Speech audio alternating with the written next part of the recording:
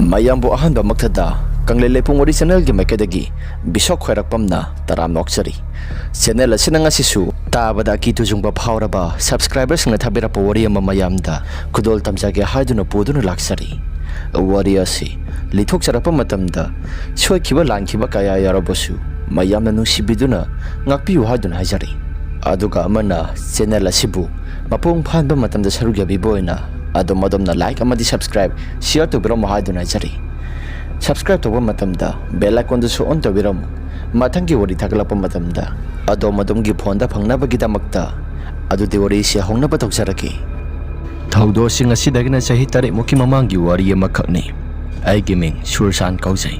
aigi islinau si ani khaktani ikhada inau nupa amaga adoga babaga imaga se khoi nungai na khoi mari khaktan nungai na laijabani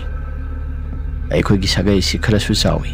ꯑꯩꯈꯣꯏꯒꯤ ꯃꯅꯤꯡ ꯊꯪꯕ ꯁꯔꯨꯛ ꯑꯗꯣꯝꯗ ꯏꯄꯨ ꯀꯦꯕ ꯍꯥꯏꯗꯅ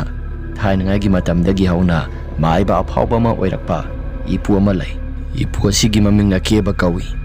ꯃꯇꯝ ꯑꯗꯨꯗ ꯑꯩꯈꯣꯏꯒꯤ ꯂꯩꯀꯥꯏꯁꯤꯗ ꯏꯄꯨ ꯑꯁꯤ ꯑꯁꯨꯛꯀꯤ ꯃꯇꯤꯛ ꯌꯥꯝꯅ ꯐꯥꯎꯔꯝꯃꯤ ꯑꯄꯣꯝ ꯑꯇꯪ ꯌꯦꯡꯕ ꯃꯇꯝꯗ ꯌꯥꯝꯅꯁꯨ ꯐꯩ ꯑꯗꯨꯒ ꯃꯤꯒꯤ ꯂꯥꯏꯒꯤ ꯇꯤꯟꯒꯤ ꯀꯩꯀꯩꯅꯣ ꯈꯔ ꯇꯧꯕꯗꯁꯨ ꯏꯄꯨ ꯑꯁꯤ ꯑꯁꯨꯛꯀꯤ ꯃꯇꯤꯛ ꯌꯥꯝꯅ ꯐꯥꯎꯔꯛꯄ ꯃꯥꯏꯕ ꯑꯃꯈꯛꯅꯤ ꯏꯄꯨ ꯑꯁꯤ ꯃꯇꯝ ꯀꯨꯏꯅ ꯁꯥꯡꯅ ꯂꯣꯏꯅꯔꯛꯄ ꯃꯇꯝꯗ ꯅꯣꯡꯃꯇ ꯐꯠꯇꯕ ꯊꯕꯛ ꯑꯁꯤ ꯑꯃꯠꯇ ꯇꯧꯔꯛꯇꯦ ꯇꯁꯦꯡꯅ ꯍꯥꯏꯔꯕꯗ ꯏꯄꯨ ꯑꯁꯤꯒ ꯑꯗꯨꯒ ꯑꯩꯈꯣꯏꯒꯤ ꯏꯕꯨꯕꯣ ꯑꯁꯤꯒ ꯃꯄꯥ ꯃꯆꯤꯟ ꯃꯅꯥꯎ ꯑꯣꯏꯔꯛꯏ ꯍꯥꯏ ꯑꯁꯨꯝ ꯇꯧꯗꯅ ꯏꯄꯨ ꯑꯁꯤ ꯃꯇꯝ ꯀꯨꯏꯅ ꯁꯥꯡꯅ ꯃꯍꯥꯛꯀꯤ ꯃꯁꯥꯁꯤ ꯂꯥꯏꯒꯤ ꯊꯧꯒꯜ ꯇꯧꯕ ꯆꯠꯂꯨꯔꯕ ꯃꯇꯨꯡꯗ ꯅꯣꯡꯃ ꯅꯨꯃꯤꯠ ꯑꯃꯗꯤ ꯏꯈꯪ ꯈꯪꯍꯧꯗꯅ ꯅꯥꯟꯊꯨꯔꯦ ꯍꯥꯏꯗꯅ ꯏꯁꯪ ꯀꯥꯕ ꯖꯒꯥ ꯑꯃꯗ ꯅꯥꯟꯊꯨꯔꯦ ꯍꯥꯏꯗꯅ ꯏꯄꯨ ꯑꯁꯤ ꯃꯍꯥꯛꯀꯤ ꯃꯁꯥꯁꯤ ꯃꯈ꯭ꯋꯥꯡꯁꯤ ꯌꯥꯝꯅ ꯅꯥꯔꯦ ꯍꯥꯏꯗꯅ ꯃꯇꯝ ꯀꯨꯏꯅ ꯁꯥꯡꯅ ꯍꯧꯒꯠ ꯀꯥꯡꯈꯠꯄꯁꯨ ꯉꯝꯗ꯭ꯔꯦ ꯍꯥꯏꯁꯨ ꯍꯥꯏꯕꯅꯤ ꯏꯄꯨ ꯑꯩꯒꯤ ꯂꯝꯕꯤ ꯆꯪꯐꯝ ꯑꯗꯨ ꯑꯁꯨꯛꯀꯤ ꯃꯇꯤꯛ ꯌꯥꯝꯅ ꯏꯁꯪ ꯀꯥꯕꯅꯤ ꯑꯩꯈꯣꯏ ꯐꯥꯎꯕꯗ ꯅꯣꯡꯖꯨ ꯊꯥꯒꯤ ꯃꯇꯝꯗ ꯆꯠꯄꯗ ꯈꯔ ꯀꯤꯔꯛꯄ ꯖꯒꯥꯅꯤ ꯃꯗꯨꯒꯤ ꯃꯐꯝ ꯖꯒꯥꯗꯨꯗ ꯏꯄꯨ ꯑꯁꯤ ꯅꯥꯟꯊꯨꯔꯒ ꯃꯍꯥꯛꯀꯤ ꯃꯈ꯭ꯋꯥꯡ ꯑꯁꯤ ꯌꯩꯁꯤꯜꯂꯒ ꯇꯦꯛꯈꯤꯕꯅꯤ ꯑꯁꯨꯝꯅ ꯏꯄꯨ ꯑꯁꯤ ꯃꯈ꯭ꯋꯥꯡ ꯑꯗꯨ ꯌꯥꯈꯤꯗꯕ ꯃꯇꯝꯗ ꯂꯥꯏꯒꯤ ꯇꯤꯟꯒꯤ ꯊꯧ ꯇꯧꯕꯁꯤ ꯑꯗꯨꯃꯛ ꯆꯠꯄ ꯇꯣꯛꯈ꯭ꯔꯦ ꯃꯤ ꯑꯃꯒꯤ ꯃꯇꯦꯡ ꯅꯠꯇ꯭ꯔꯒꯅ ꯁꯩꯁꯨ ꯑꯃ ꯄꯥꯏꯗ꯭ꯔꯒꯗꯤ ꯃꯍꯥꯛꯀꯤ ꯃꯁꯥꯁꯤ ꯍꯧꯒꯠ ꯀꯥꯡꯈꯠꯄ ꯉꯝꯈꯤꯗꯕꯅꯤ ꯑꯍꯜꯒꯤ ꯃꯇꯝꯁꯨ ꯑꯣꯏꯁꯤꯜꯂꯛꯄꯒ ꯑꯁꯨꯝ ꯃꯁꯥꯁꯤ ꯁꯣꯟꯖꯤꯟꯈ꯭ꯔꯦ ꯑꯁꯨꯝꯅ ꯅꯣꯡꯃ ꯅꯨꯃꯤꯠ ꯑꯃꯗꯤ ꯑꯩꯁꯤ ꯏꯃꯥꯟꯅꯕ ꯑꯃꯒ ꯃꯈꯣꯏ ꯃꯃꯥꯗꯨ ꯅꯥꯔꯦ ꯑꯗꯨꯅ ꯍꯣꯁꯄꯤꯇꯥꯜꯗ ꯑꯃꯨꯛꯇꯪ ꯆꯠꯃꯤꯟꯅꯔꯨꯁꯤ ꯍꯥꯏꯗꯅ ꯑꯩꯁꯤ ꯆꯠꯃꯤꯟꯅꯕꯅꯤ ꯏꯅꯥꯎꯅꯨꯄꯥꯗꯨꯁꯨ ꯑꯗꯨꯃꯛ ꯂꯩꯍꯧꯔꯦ ꯅꯨꯃꯤꯗꯥꯡꯒꯤ ꯃꯇꯝꯗꯅꯤ ꯆꯠꯃꯤꯟꯅꯔꯨꯔꯤꯕꯁꯤꯁꯨ ꯏꯃꯥꯟꯅꯕꯗꯨꯅ ꯑꯩꯈꯣꯏꯗꯒꯤ ꯊꯣꯡꯒꯥꯜ ꯑꯃꯅꯤ ꯆꯠꯂꯒ ꯂꯩꯕꯅꯤ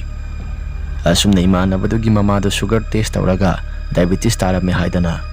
ꯅꯨꯃꯤꯠꯇꯨꯃꯗꯤ ꯑꯩꯈꯣꯏꯁꯤ ꯍꯣꯁꯄꯤꯇꯥꯜꯗ ꯂꯩꯅꯕ ꯍꯥꯏꯗꯅ ꯗꯣꯛꯇꯔꯅ ꯍꯥꯏꯔꯛꯄꯅꯤ ꯑꯗꯨꯕꯨ ꯍꯤꯗꯥꯛ ꯒꯨꯂꯤ ꯈꯔ ꯆꯥꯔꯒ ꯍꯟꯊꯔꯛꯀꯅꯤ ꯍꯥꯏꯗꯅ ꯗꯣꯛꯇꯔꯁꯤꯡꯅ ꯍꯥꯏꯔꯛꯄ ꯃꯇꯝꯗ ꯌꯨꯝꯗ ꯑꯣꯏꯅ ꯄꯨꯊꯔꯒꯦ ꯑꯗꯨꯒ ꯍꯤꯗꯥꯛ ꯒꯨꯂꯤ ꯑꯁꯤ ꯃꯈꯥ ꯁꯝꯗꯅ ꯄꯤꯖꯔꯒꯦ ꯍꯥꯏꯗꯅ ꯑꯩꯈꯣꯏꯒꯤ ꯃꯤꯑꯣꯏꯁꯤꯡꯅ ꯍꯥꯏꯕ ꯃꯇꯝꯗ ꯗꯣꯛꯇꯔꯁꯤꯡꯅꯁꯨ ꯌꯥꯔꯛꯂꯦ ꯑꯁꯨꯝꯅ ꯅꯣꯡꯉꯥꯜꯂꯝꯗꯥꯏꯒꯤ ꯃꯇꯝꯗ ꯍꯥꯏꯊꯔꯛꯂꯦ ꯑꯩꯈꯣꯏꯗꯒꯤ ꯊꯣꯡꯒꯥꯜ ꯑꯃꯅꯤ ꯆꯠꯂꯒ ꯂꯩꯕꯅꯤꯅ ꯑꯩꯁꯤ ꯌꯨꯝꯗ ꯍꯜꯂꯒꯦ ꯍꯥꯏꯗꯅ ꯑꯩꯁꯤ ꯂꯥꯛꯄꯅꯤ ꯏꯃꯥꯟꯅꯕꯗꯨꯅ ꯊꯤꯟꯕꯤꯒꯦ ꯍꯥꯏ ꯃꯗꯨꯗ ꯑꯩꯁꯨ ꯊꯤꯟꯗ꯭ꯔꯁꯨ ꯌꯥꯔꯅꯤ ꯈꯣꯡꯅ ꯑꯗꯨꯃꯛ ꯆꯠꯈ꯭ꯔꯒꯦ ꯍꯥꯏꯗꯅ ꯈꯣꯡꯅ ꯑꯗꯨꯃꯛ ꯂꯥꯛꯄꯅꯤ ꯏꯁꯥꯁꯦ ꯀꯌꯥ ꯊꯣꯏꯅꯁꯨ ꯀꯤꯒꯟꯗꯦ ꯑꯩꯅ ꯑꯁꯨꯝ ꯂꯥꯛꯄ ꯃꯇꯝꯗ ꯇꯨꯡ ꯊꯪꯕ ꯁꯔꯨꯛ ꯑꯁꯣꯝꯁꯤꯗ ꯀꯅꯥꯒꯨꯝꯕ ꯃꯤꯁꯛ ꯑꯃꯅ ꯀꯣꯛ ꯀꯣꯛ ꯂꯥꯎꯅ ꯏꯟꯅꯔꯛꯄꯒꯨꯝꯅ ꯑꯩꯒꯤ ꯇꯨꯡ ꯑꯁꯤꯗ ꯏꯟꯅꯔꯛꯄꯅꯤ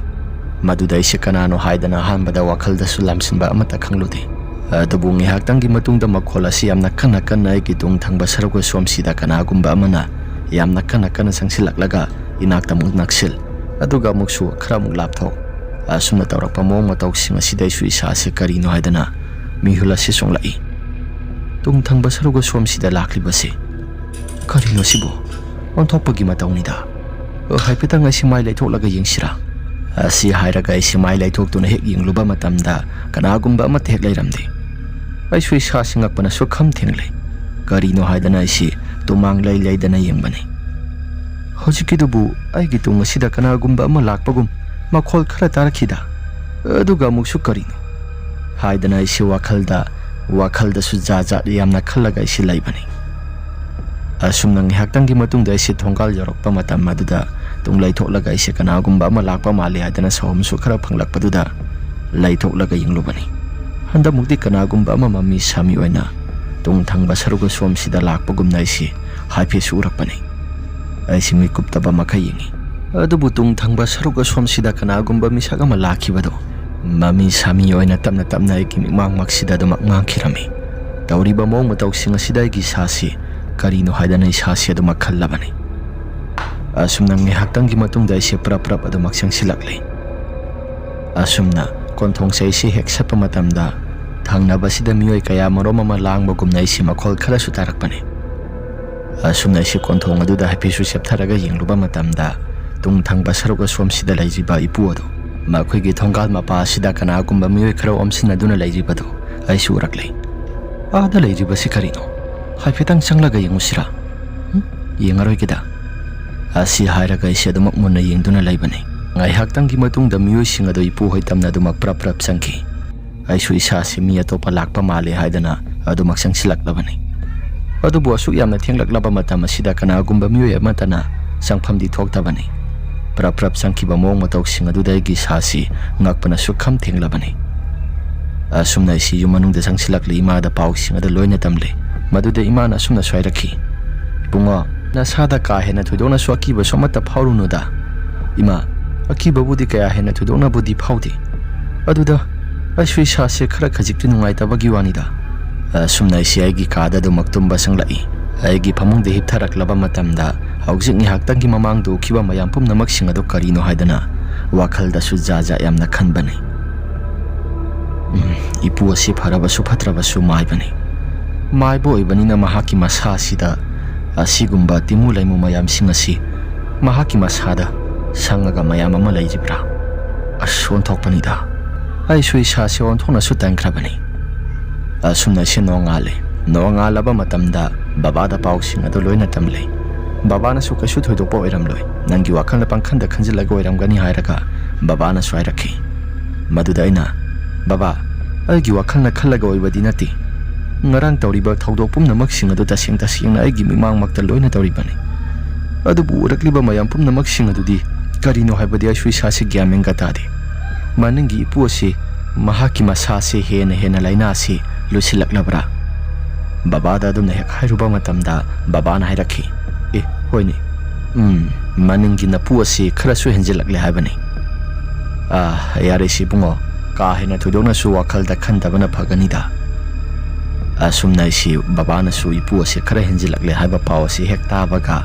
ꯇꯧꯈ꯭ꯔꯤꯕ ꯄꯨꯝꯅꯃꯛꯁꯤꯡ ꯑꯁꯤ ꯑꯩꯁꯨ ꯏꯁꯥꯗ ꯆꯤꯡꯅꯕ ꯑꯁꯨꯝ ꯍꯦꯜꯂꯛꯂꯕꯅꯤ꯫ ꯑꯁꯨꯝꯅ ꯅꯨꯃꯤꯠ ꯅꯤꯅꯤ ꯍꯨꯝꯅꯤ ꯁꯨꯔꯕ ꯃꯇꯝꯗ ꯏꯄꯨ ꯑꯁꯤꯒꯤ ꯃꯍꯥꯛꯀꯤ ꯃꯁꯥ ꯑꯁꯤ ꯑꯅꯥꯕ ꯑꯁꯤ ꯌꯥꯝꯅ ꯍꯦꯟꯖꯤꯜꯂꯤ꯫ ꯍꯌꯦꯡ ꯍꯪꯆꯤꯠ ꯇꯝꯕ ꯉꯝꯗ꯭ꯔꯦ ꯍꯥꯏꯗꯅ ꯏꯄꯨ ꯑꯁꯤꯒꯤ ꯃꯁꯥ ꯑꯁꯤ ꯃꯌꯥꯝꯅꯁꯨ ꯈꯔ ꯉꯥꯡꯅꯔꯝꯃꯤ꯫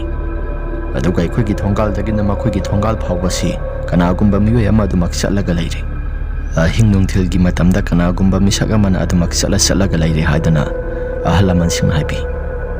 ꯑꯁꯨꯝꯅ ꯅꯣꯡꯃ ꯅꯨꯃꯤꯠ ꯑꯃꯅꯤ, ꯑꯩꯈꯣꯏ ꯕꯕꯥꯁꯤ ꯊꯕꯛ ꯆꯠꯂꯨꯔꯒ ꯍꯟꯖꯤꯜꯂꯛꯄꯅꯤ꯫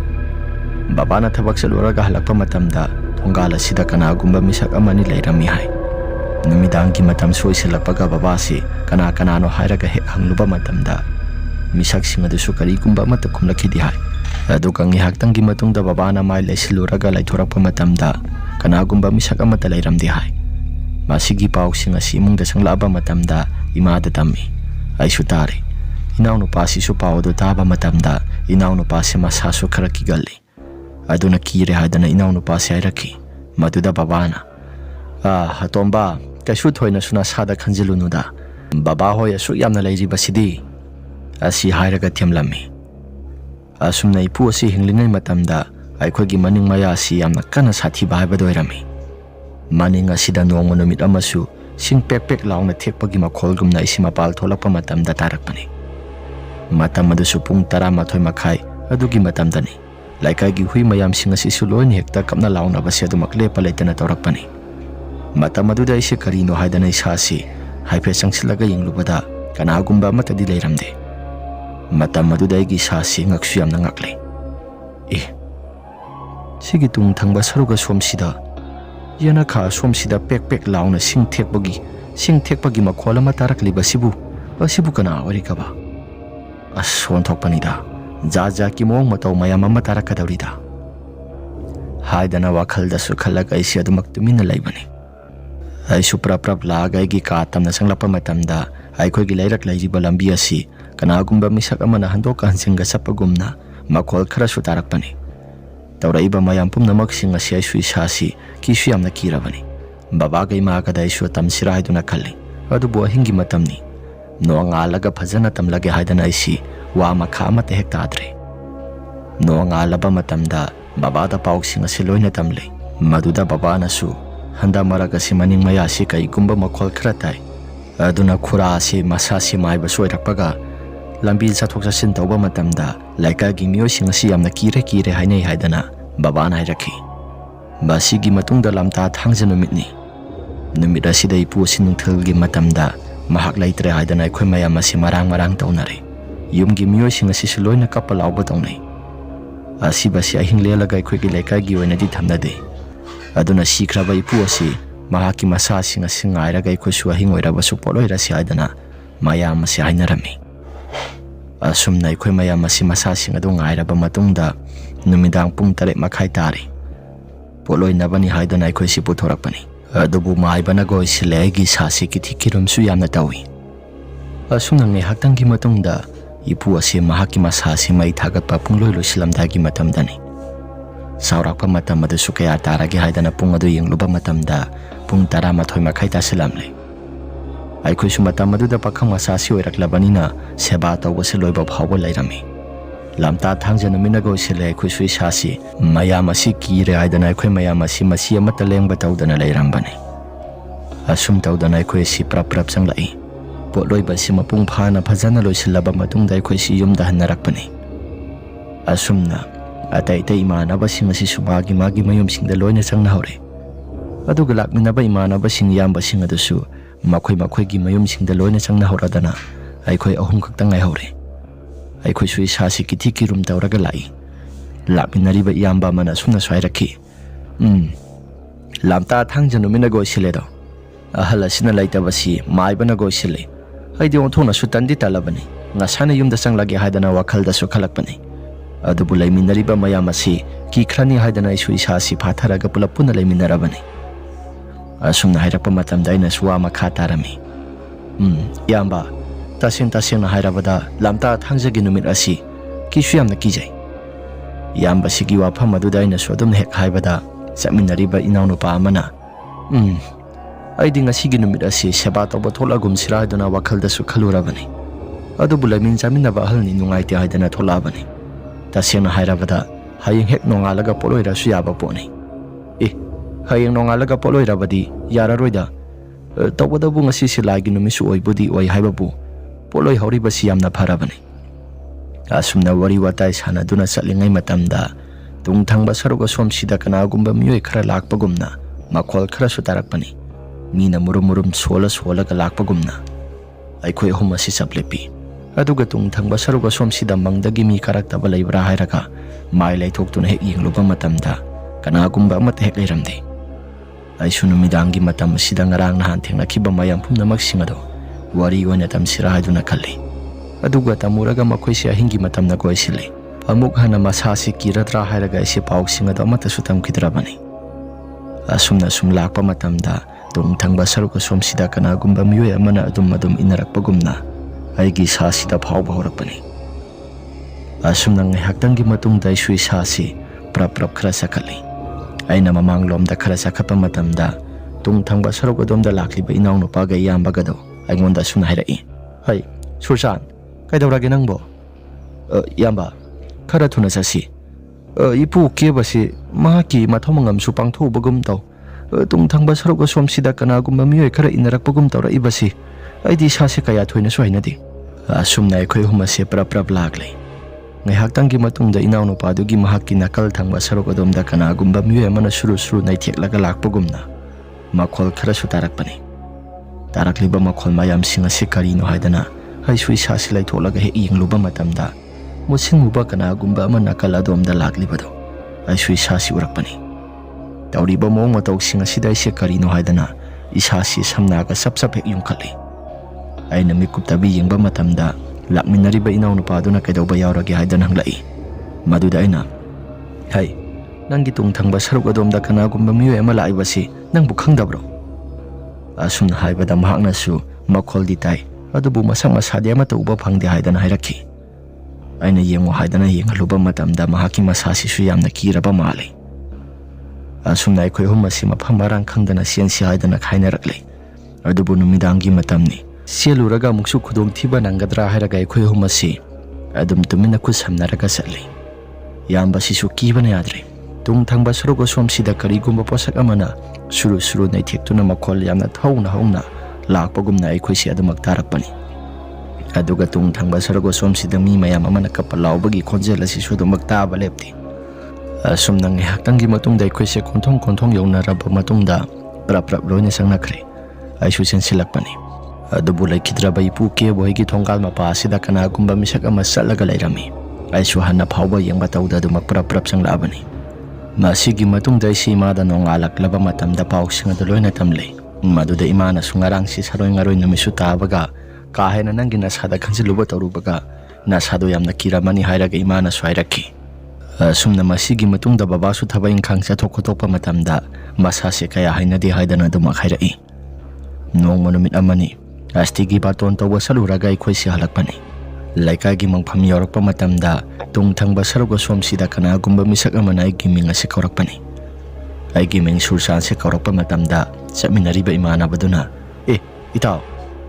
kanano hojik nanggi ming kaurakpado numidang wairanggi matam soisilakpani maduda ibani silai laidana yengba matamda mangpham thangba maike somda kanagumba misak amama mi sami oina lepaga leibadoi surakpani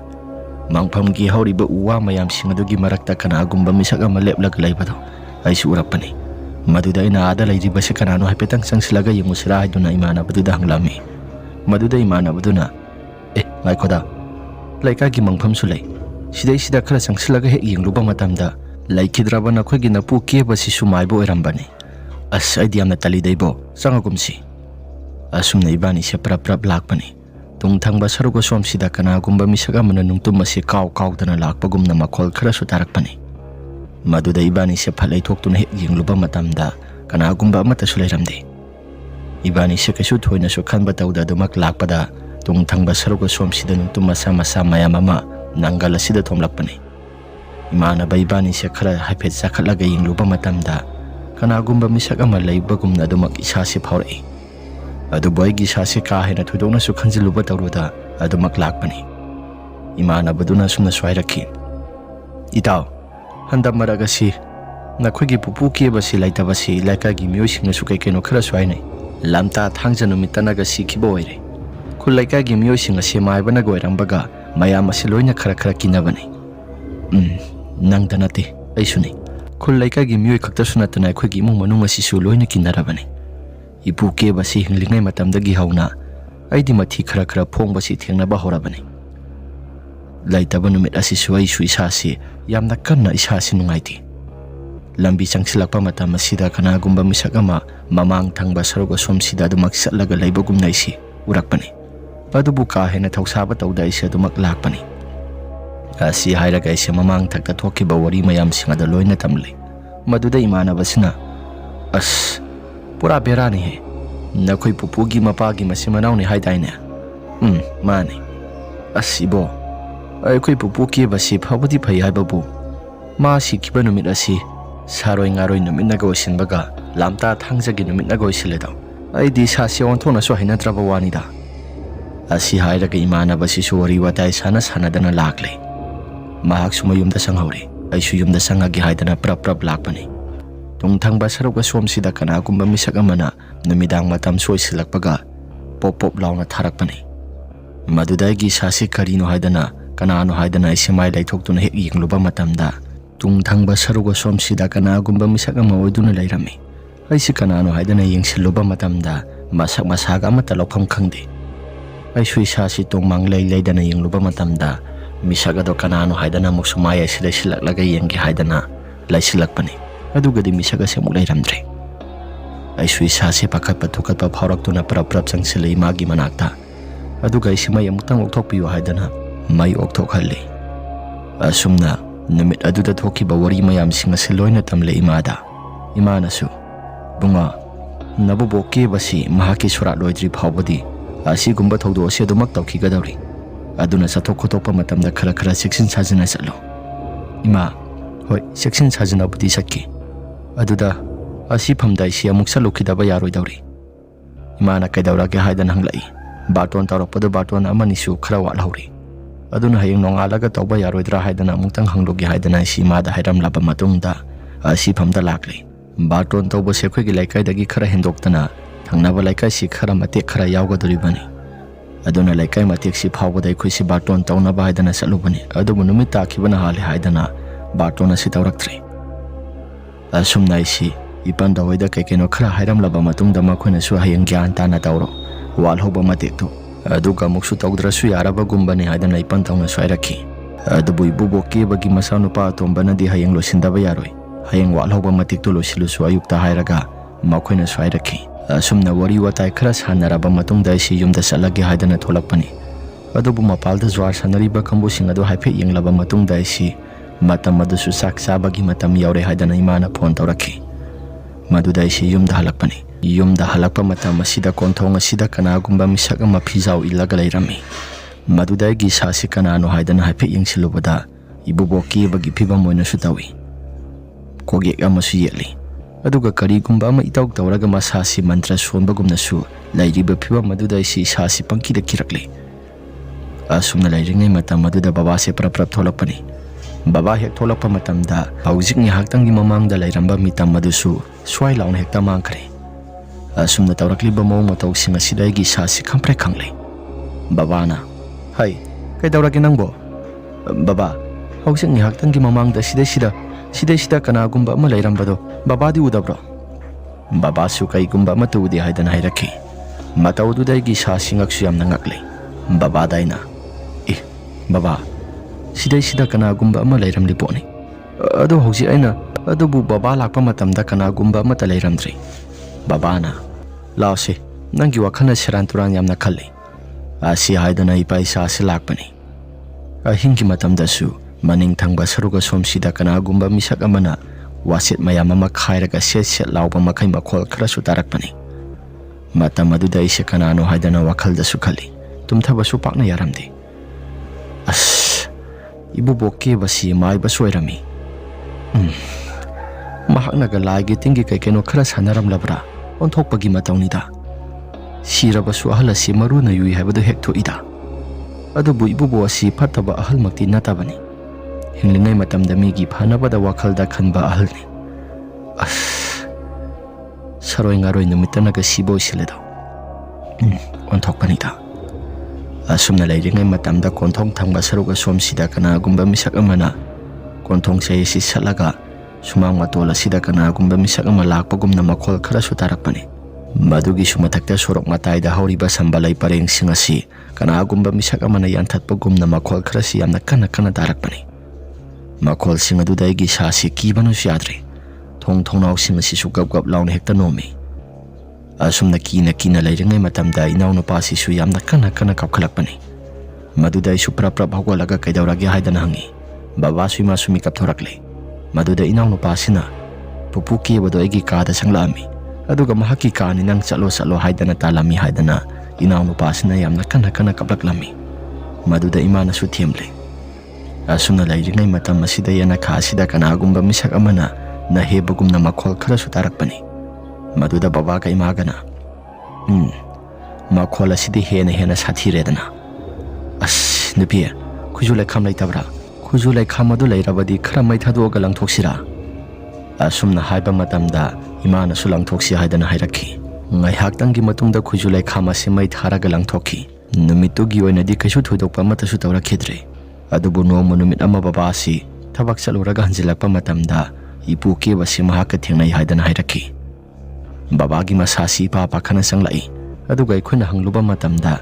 ꯕꯕꯥ ꯃꯍꯥꯛꯀꯤ ꯃꯁꯥꯁꯤ ꯏꯄꯨ ꯀꯦꯕꯗꯣ ꯃꯪꯐꯝ ꯑꯗꯣꯝꯗ ꯂꯩꯍꯧꯏ ꯃꯁꯥ ꯄꯨꯝꯕ ꯃꯨꯁꯤꯟ ꯃꯨꯅ ꯐꯤꯖꯥꯎ ꯏꯜꯂꯒ ꯀꯣꯛꯌꯦꯠ ꯑꯃꯁꯨ ꯌꯦꯠꯍꯧꯏ ꯍꯥꯏꯗꯅ ꯕꯕꯥꯅ ꯌꯥꯝꯅ ꯀꯤꯅ ꯇꯝꯂꯛꯈꯤ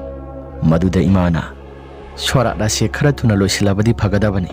ꯁꯣꯔꯥꯠ ꯑꯁꯤꯁꯨ ꯈꯔ ꯋꯥꯠꯂꯤ ꯁꯣꯔꯥꯠ ꯍꯦꯛ ꯂꯣꯏꯈ꯭ꯔꯕ ꯃꯇꯨꯡꯗ ꯇꯝꯅꯕꯁꯤꯁꯨ ꯂꯣꯏꯅ ꯍꯦꯛꯇ ꯐꯈꯤꯒꯗꯧꯔꯤꯕꯅꯤ ꯏꯃꯥꯒꯤ ꯋꯥꯐꯝ ꯑꯗꯨꯗ ꯑꯩꯅꯁꯨ ꯏꯃꯥ ꯁꯣꯔꯥꯠ ꯑꯁꯤ ꯈꯔ ꯊꯨꯅ ꯂꯣꯏꯔꯒ ꯑꯩꯈꯣꯏꯅ ꯎꯔꯤꯕ ꯃꯌꯥꯝ ꯄꯨꯝꯅꯃꯛꯁꯤꯡ ꯑꯁꯤ ꯐꯈꯤꯗ꯭ꯔꯥꯅꯦ ꯐꯒꯗꯧꯔꯤꯕꯅꯤ ꯏꯕꯨꯡꯉꯣ ꯑꯩꯈꯣꯏ ꯃꯩꯇꯩꯒꯤ ꯆꯠꯅꯕꯤꯗ ꯁꯣꯔꯥꯠ ꯑꯁꯤ ꯃꯄꯨꯡ ꯐꯥꯅ ꯍꯦꯛ ꯐꯈ꯭ꯔꯕꯗ ꯇꯝꯅꯕ ꯈꯣꯠꯅꯕ ꯑꯃꯠꯇ ꯂꯣꯏꯅ ꯍꯦꯛꯇ ꯐꯈꯤꯒꯗꯧꯔꯤꯕꯅꯤ ꯑꯁ ꯑꯩꯗꯤ ꯊꯦꯡꯅꯔꯤꯕ ꯃꯌꯥꯝ ꯄꯨꯝꯅꯃꯛꯁꯤꯡ ꯑꯁꯤꯒ ꯂꯩꯀꯥꯏꯒꯤ ꯃꯤꯑꯣꯏꯁꯤꯡꯅꯁꯨ ꯏꯄꯨ ꯀꯦꯕꯁꯤ ꯊꯦꯡꯅꯩ ꯍꯥꯏꯗꯅ ꯁꯤꯕꯣꯟ ꯉꯥꯡꯅꯕꯁꯤ ꯑꯩꯁꯨ ꯇꯥꯔꯕꯅꯤ ꯌꯥꯝ ꯇꯜꯂꯤꯀꯣ ꯃꯁꯤꯒꯤ ꯃꯇꯨꯡꯗ ꯂꯩꯀꯥꯏꯒꯤ ꯃꯤꯑꯣꯏꯁꯤꯡ ꯑꯁꯤ ꯂꯝꯕꯤ ꯆꯠꯊꯣꯛ ꯆꯠꯁꯤꯟ ꯇꯧꯕ ꯃꯇꯝꯗ ipu kebasi laikagi mangphamda thengnaba aduga makhoi gi konthong mapa asida kanagumba misak ama hangkananda salaga sanabagumba asigumba thawdo asi tamna uba hongnaraklabani swarat asi mapung phana loikre haidana nomo numit ama isi imanaba amaga walking chaminaruraba matungda yumda halakpani yumda halakpagi lambi asida konthong asida kanagumba ahalama mamang thangba saruga somsida saisu asi kokok lauba makhai adumak chatlami maduda ise kanano haidana wakhalda su khallaga ahal adugi mamang thangba saruga domda ise khara sakhatpani maduda ahal aduna aigi naga sida yamna kana naksilaktuna swarma piasi holaga yamna kana naksilakpugumna aigi sasi phaurakpani aikhoi konthong yaramdai phawbada ise kaisu thoidokpa amata khanba daudi konthong yoksilakpa matam asida kanagumba halamana aigi tungda inarakpado aisha hapet laithoktuna yengluba matamda ipu kebasi oirami masamana dusu ika kaba makhai lairami tawriba mong matawsing aduda aigi sasi yamna kana lauraga wan thakirami asumna aise gyan tarakpa matamda babaga imaga na isi senaduna lairami laikai gi maiba kabak oiba ahlamasu laami mahakna tawraga isi yengba matamda saroi ngaroi kekeno khara timu laimu khara su ongnare haidana ahala sinairakhi asum tawdana ahaladuna yamna kupthana yenglaba matungda isu isa se khara phagalakle masigi matungdagi di sora loiraba phawbada ipu kebasi thengnai haidana adumak laikai si sara sanba horakpani asumna babaga imaga na su tawrakliba mo matawsing aside hemalakpada ipu keboigi imung manungda su kekeno khara swaiki makhoina su lagi tingi kekeno khara thoram khara tawraba matungda ipu kebagi thawai asi mafam jaga sida khara ungsinduna leire haidana maiba amana tawraga yengthokle asumna maiba amana phajana yengthoklaba matamda ipu kebagi thawai asisu kona thangda kaisu thoidokpa amata tawdri mahaki thawai asi nungaina ingna singna lainaba tawkhragi haidana maiba amana khoirambadagi kaisu thoidokpa amata tawrakhidri masigi matungda ikhoisi hana kiramba pumnamak singado kaisu thoidokpa amata su tawrakhidri lamta thangja numitanaga sibo isile aikhoisu isasi asuki matik yamna kikhibani tha ama sumna masigi matungda hojikti kaisu thoidokpa amata su tawdri aikhoisu hanagi matawgumna nungaina ingna singna laiba haibada oire